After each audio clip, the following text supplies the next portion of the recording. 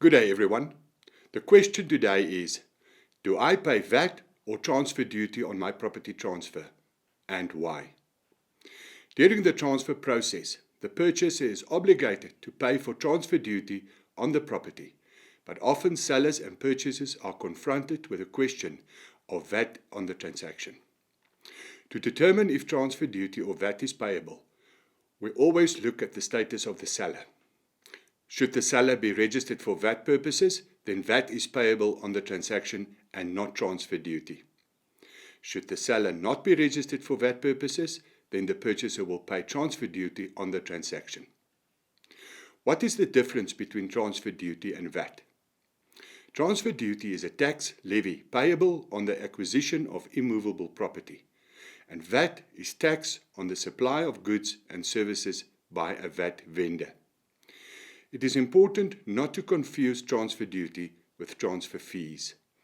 Transfer fees are payable to the conveyancer for the service to transfer the property from the seller to the purchaser, whilst transfer duty is payable to the receiver of revenue.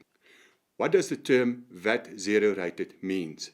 When a property is sold as a going concern, meaning a business that will continue to operate and draw profit for the foreseeable future, and both the seller and the purchaser are registered for VAT, VAT becomes payable but will be charged at a zero rate. This means that no VAT or transfer duty is payable on the transaction.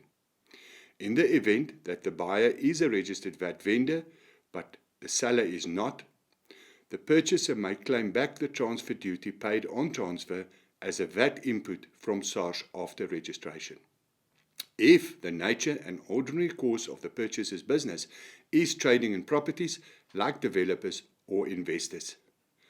SARS, however, may conduct a VAT audit on the purchaser before approving the input. That's all for this week. Thank you for watching. We hope that you found this information useful. Until next week, keep safe.